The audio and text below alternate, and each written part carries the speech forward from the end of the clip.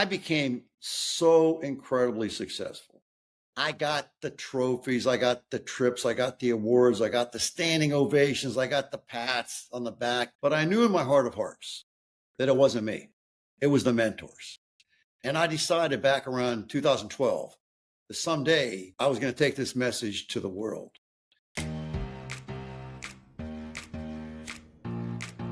How you can be the greatest salesperson on the planet. Welcome to the Rethink Sales Show. My name is Derek Kelly. I am joined by Jason VanDevere and Jim Shorkey. Jason, thank you so much. Jim connected you and I. You obviously, as they can see behind you, started out with this daily planner called Goal Crazy, right? And I bet you never thought in your wildest dreams that it would take off the way it did. I know you and I've talked a little bit, but tell our audience, what was that experience like for you? I know you met Jim Shorkey. You've known him for a while, but he connected with that along the way. And what else has happened as you've learned this process that we teach called Rethink You, and as you've just grown your business, grown your sales? Tell us more. We teach people how to rethink sales, and I can see and I heard some of the churnings happen as you've thought about rethinking sales. So share with us. So rethinking sales, I think probably one of the big things I got from Jim is I had connected with Jim on a closer level because I knew him growing up, but right during this time period where I was thinking of leaving my job at the dealership. So my family has dealerships like the Shorkeys. So we'd connected over the years there, and everyone thought it was a crazy idea for me to leave the car business to go start something else on my own, right? It seems like you have the magic ticket to prosperity if you're the son of a car dealer. And when I was talking with Jim, I feel like he helped me to clarify my own dreams. But then there's lots of limiting beliefs that come up as you start to take any sort of risk like that. So then just building the confidence in myself to go start it. But you mentioned like something around the lines of it. I may not have imagined how it took off, how it did. And I definitely hoped it would take off how I did. But I think that what I wasn't expecting was I launched this business selling planners. And I didn't really know what was going to happen after that. But then after I started my planner, there was other opportunities that then presented themselves that wouldn't have been available before I started my planners, such as I have my own podcast or these group coaching programs or working with people one-on-one, or it's just opened up these new doors. And that's what was really exciting. And it helped me become a better version of myself, which I needed, but I don't think I realized how a business or taking a risk or a challenge would help me do that. Yeah, isn't that profound? It's just like you realize, you were asking before the call, hey, how's your week going? How are things going? And I'm like, oh man, I've recognized, as Jim's taught me and other mentors in my life, we're growing our team. I have a team, a marketing agency, and we're growing our team. And I can see the growth in me as we grow the people. And so I'm sure Jim has countless story after story of what it looked like to go from one dealership to two dealerships to 6 dealerships, right? And that journey of, there's so much self-development that happens when really we're trying to grow this thing to serve people, right? But so much of ourselves get refined in that process. Yeah, it's just been a journey inside of myself, right? And the business happens as a byproduct as I'm going on that journey. Yeah. And Jim, what was that like for you? Did you have that kind of, oh my gosh, I never realized I grew so much in this process of growing the dealership? So I'll start off with what comes to mind as I hear both you and Jason speak is things get better when I get better. So just stop and think about that. Things get better when I get better. And so what does that really mean? It means that I have to work on me first. I have to work. It's an internal effort. It's an internal work. It's called the internal locus of control. So I work on myself and then things get better. But as things get better, then it's a new self that's approaching the better things. And as I keep working on getting better, then the better things become sometimes irrelevant. I don't really care about that anymore because I see this new opportunity, which Jason spoke to. That's what happens. I've said this many times. The hand that picks up the book, reads it, does what the book says to do, is not the same hand that puts it down. The hand changes, and it is a metaphysical change, but it's actually a physical, atomic, molecular change. the body changes, and that new body has a different viewpoint on life. And so that's what's happening. It's not that things are really presenting themselves, because they were always there, Jason. You just didn't see them. It's like you have these rose-colored glasses on, so everything is rose-colored. And then you take them off and put on some clear glass, like, holy cow, look how pretty that yellow flower is. Before it was, who knows what color would it be with the red, and I don't know how that mixes up, but the point is it's a different flower. But it really isn't a different flower. It's the same flower. You're just seeing it through different eyes. I want things to get better when I get better. And so I go to work on myself, making myself better. And that's what Jason did. We worked very hard. And I'm sure Jason heard me say more than once, bullshit. I'm sure he heard that. Yeah. Yeah. So I have some of your calls from when we were working together recorded. And there's one that I've listened to several times. And it was one where it was more of the old school approach, like calling me out on, I needed somebody to say, Jason, that's a bunch of BS. Like that, you just got to stop. And that's what I needed in the moment. And I'm grateful that you called me out on that. And you didn't just jump on the worry train or whatever I was stuck on at the time. Yeah. Yeah. Worry serves no purpose. It serves no purpose. No matter what, worrying about it isn't going to fix it. Do something about it. If you're really worried about it, if you're really worried about your HbA1c, stop eating sugar. Stop eating crap. Do something about it. Worrying about it is not going to fix it. So that's what would have been, if you were on the worry train, I would have been talking you off that ledge for sure. The time I was super stressed. My business was just starting. So that was stressful. And I have some rental properties, and a tree had fallen onto the roof of one of my rental properties. And that was going to need cash to fix. And it was like, it seemed like the world was out to get me, to stop me from succeeding. And one, you just said, Jason, that's BS. But I remember I was telling you how stressed I was. And I had this clear glass water cup, and it was empty, and it was by me. And you were like, all right, Jason, you've got all this stress. Let me see it. Put it in the cup. Put it in the cup there. Right. And I just stare at you smiling. You're like, well, you told me you have stress. I want to see it. And that's what I needed at the time. Was it's not actually there. I've just hyped this up in my head, and I'm using it as an excuse to be distracted from taking the actions I need to. Wonderful. That's really great. Mm-hmm. Yeah. So anyways, back to that. Things get better when I get better, and the better me sees things differently, does things differently. It just keeps progressing. And so if Jason does nothing more today than walk away with the idea of, what can I do today that my future Jason VanDevere is going to thank me for? And what can I stop doing today that my future Jason VanDevere is going to say, hey, buddy, I'm glad you stopped doing that. That was a really bad idea. Thank you. And I think when you look back on the time and I remember being with your dad, and I said that I would be happy to work with your son, Jerry. And we agreed that we would do that. And we did it. And it was not about money. It was not about charging. It was not about anything. It was about friendship. And so we did what we did. But I can guarantee you, if you really pause right now and look back on that very first meeting and then what progressed from there, there's a lot of things that you can put your hands together and say, boy, am I glad I did that. And there's a lot of things you can put your hands together and say, boy, I'm glad I stopped doing that. And that's why you're where you're at today. That's why you're successful. And I want to be clear here on, there's two things I wanted to say. One is things get better when I get better, when you get better, when we all get better, things get better. The second thing is, do you know what the secret to success is? Still looking. So help me out. I'll tell you exactly what it is. The secret to success is knowledge. The secret to success is understanding. And it's knowledge and understanding that success is a process. You have to understand. I have a massive chill in my body right now because I'm teaching. Success is a process. A lack of success, this is the second portion of the understanding, the knowledge. A lack of success is also a process. In other words, if we're on the wrong process, wake up poor, wake up lonely, wake up unhealthy, whatever. Being unsuccessful is a process. Being successful is a process. And so the secret to success is figuring out these processes. And so here, I'm going to teach you how to do that. Okay.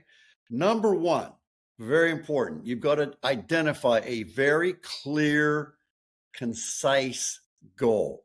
You got to be able to write it down. You got to be able to draw a picture of it. You got to have a clear, concise goal. And I also recommend a clear, concise anti-goal.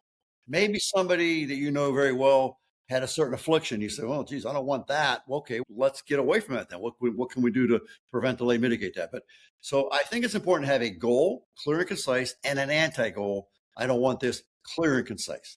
That's the first step. Okay. The second step is having a reason why that makes you cry. So you can talk all you want about having all these journals and podcasts and this and that, but why are you doing that? And when you go deep enough, you go deep until you cry. And now you'll have your reason why. So you have a goal, clear, concise, you have your reasons why that make you cry. The next step is you seek expert counsel. You search out Google, Amazon, whatever, find somebody who has done what you want to do successfully. They have to have credentials. They have to be able to prove it to you. And that's why books are so great, because you can see it. Like Google Mark Cuban, you find out that guy, he's from Pittsburgh, Pennsylvania. He's done it. He's a success. There's no question. Yeah. Find somebody who is successful doing what you want to do, have a conversation. And again, that could be through a book, a video, a training program, whatever the case may be. A one-on-one conversation, group conversation, the 20 group that we were involved in. Jason. That's really what it was. Yeah, seeking expert counsel from each other. Exactly that. And so seek expert counsel and find out what the steps are. Okay. So when I went to Mr. Hamilton, I was bankruptcy imminent. Mr. Hamilton was my dad's former partner. He was a mentor to me. And I told him, I said, Mr. Hamilton, I'm lost. I don't know what I'm doing. I'm not doing well. And I asked him for a list of 10 things that I should be doing to be a successful automobile dealer. And he called me, James. Said, James, let me think about that. Come back tomorrow morning. I'll have a list for you. Go back the next morning. He has this neatly typed up list of these 10 things that I should have been doing. And like guys do, he's talking. He's a great man, brilliant, but he's talking. What am I doing? I'm looking at the list and realizing very quickly, I'm not doing anything on this list, not one thing. So I went back to work on the list, and that's how I learned this. It's to do the list, right? So Jason, answer me a question. How important, once we have the goal, the reasons why to make us cry, the list of things to do, how important is it for us to focus on the goal?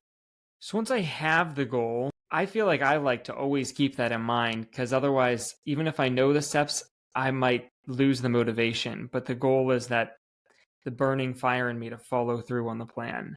Okay, thank you for not answering my question. I appreciate that. So my question was, how important in your mind to focus on the goal?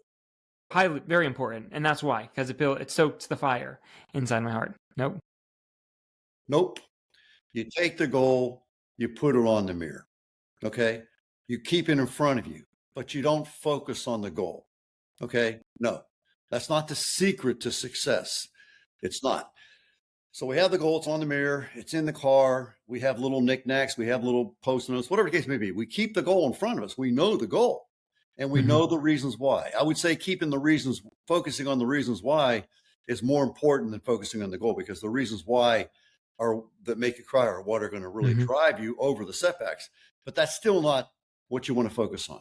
You want to focus on the disciplines.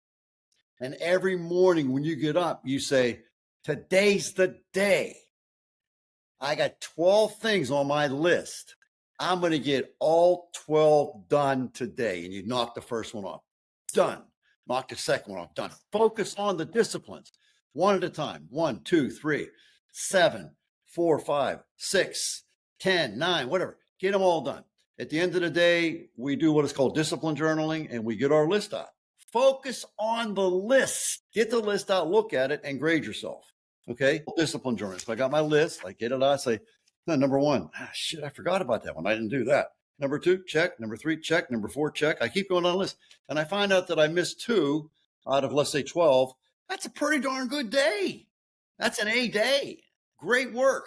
But I still got to get those 2 done tomorrow. I got to make sure that I focus on the disciplines, because the 2 that I missed are on there for a reason. So I'm going to get those 2 done tomorrow. Now I got those done, and I'm going to try. And what we do at Rethink You 2.0 is we start the day with perfection. Okay, what does that mean? I'm going to do everything on my list. Notice I'm not talking about the goal, Derek. I'm not talking about the goal. I'm talking about the list. I'm talking about the disciplines. The goal is not going to get you to the goal. It's not. It's the disciplines that we got from Mark Cuban. They're going to get us to the goal. It's like push-ups. You and I talked about push-ups, didn't we, Jason? You can't pay somebody else to do your push-ups. You got to do them yourself. So if you want to do push-ups as part of your discipline list, knock those babies off. Just get out of bed in the morning, get standing, get down on the floor, knock out your push-ups. I had a really serious stroke 2 years ago. And it was a hemorrhagic stroke, 3 brain bleeds, shoulda, coulda, woulda died. And when I show you the stack of books that I've read and the underlines, and now I have my list right now is about at 40, and I got to get it smaller because it's too big.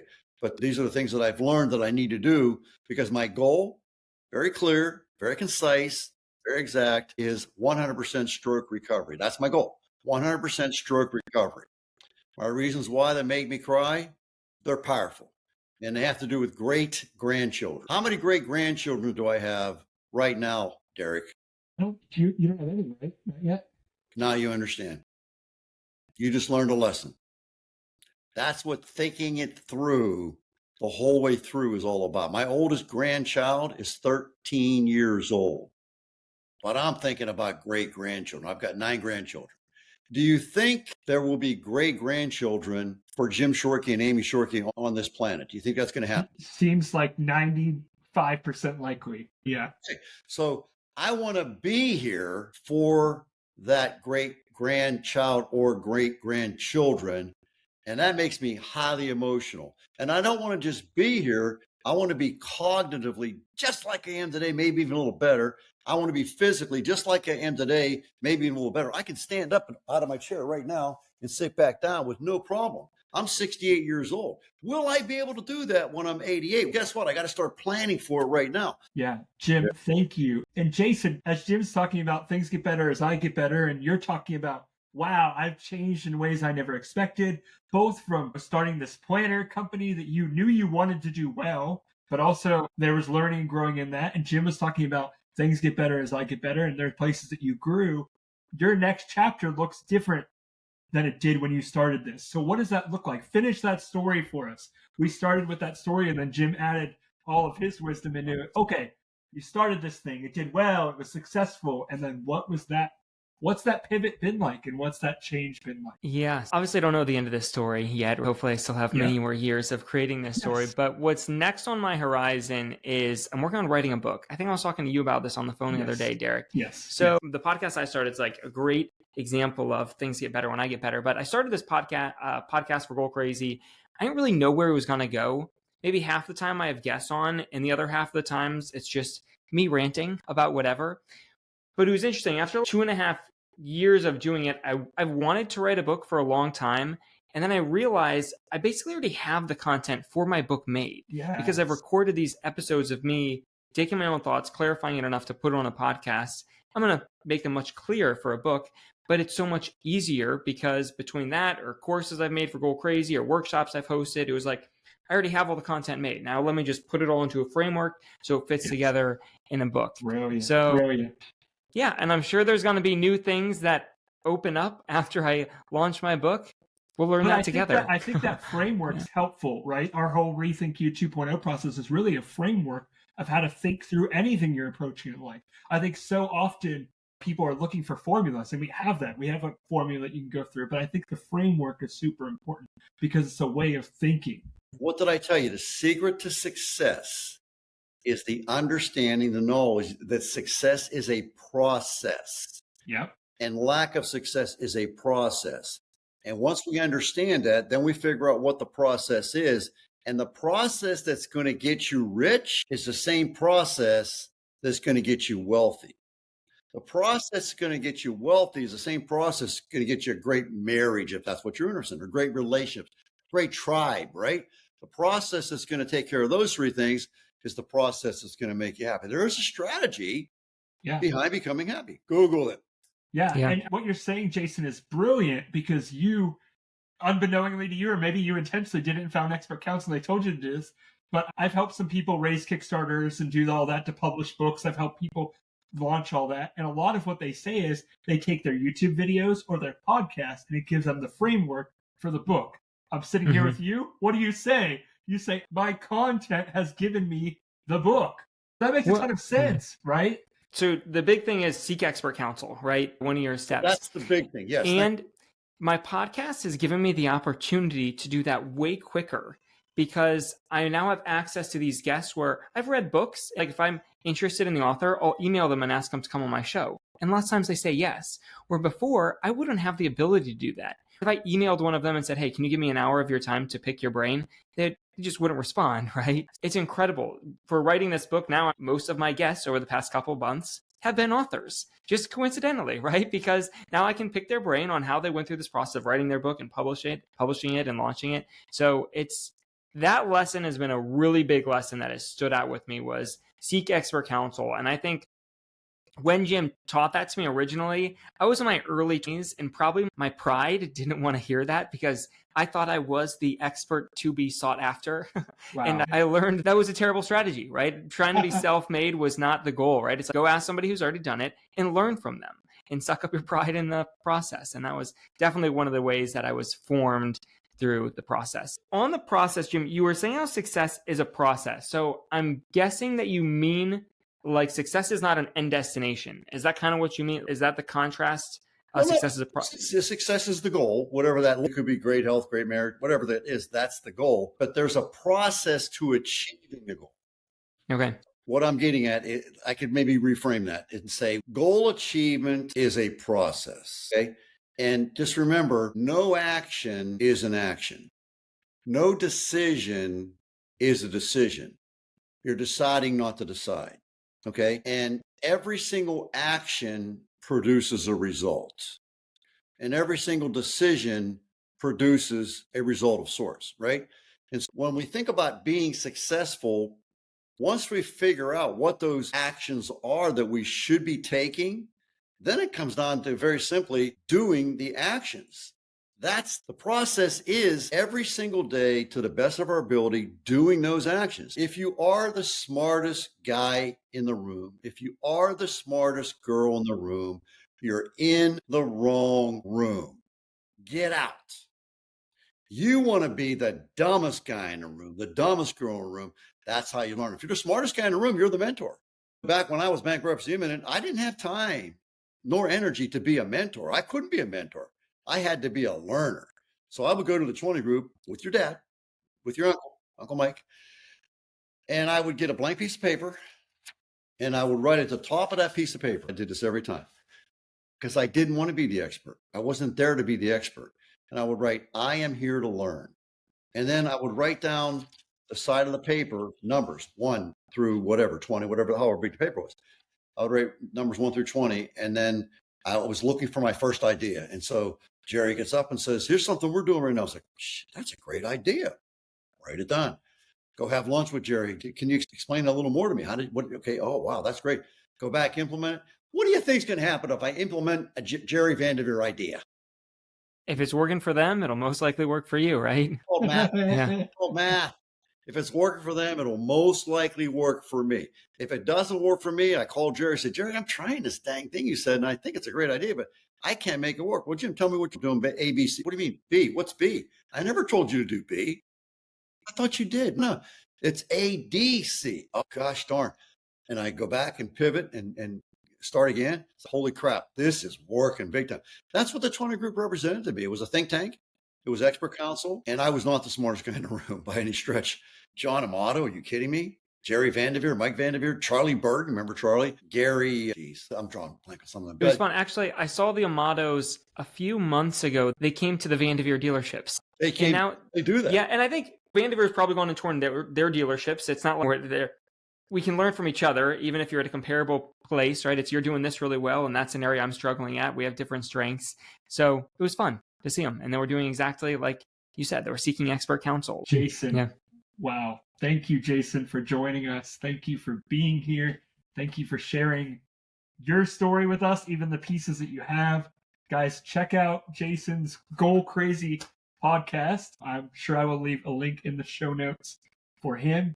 Jim, thank you for your wisdom. Again, please like, comment, subscribe. We ask that because it helps the algorithm pick up on our content and show it to more people. Our goal really is to help one more person move towards success.